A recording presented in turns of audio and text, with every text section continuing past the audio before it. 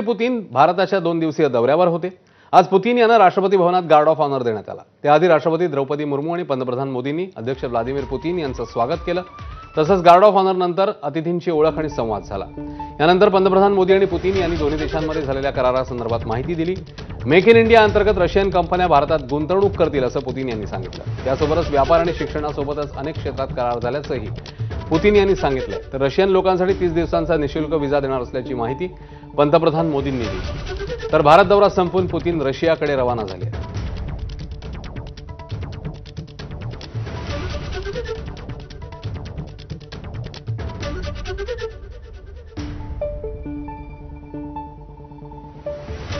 तर भारत दौरा संपून आता पुतीन रशियाकडे रवाना झालेले आहेत। मात्र त्यापूर्वी अनेक महत्त्वाचे करार झालेले आहेत दोन्ही देशांमध्ये, म्हणजे भविष्याच्या दृष्टीने महत्त्वाचे आहेत।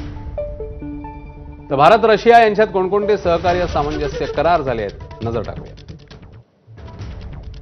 भारत रशिया परस्पर सहकार्याने कॅन्सरवर औषधं विकसित करण्यात येणार। तर अनेक रोगांवरच्या लसींवरही संयुक्त संशोधन करण्यात येणार आहे। याशिवाय भारत रशियामध्ये विजन 2030 वर स्वाक्षरी झाली आहे।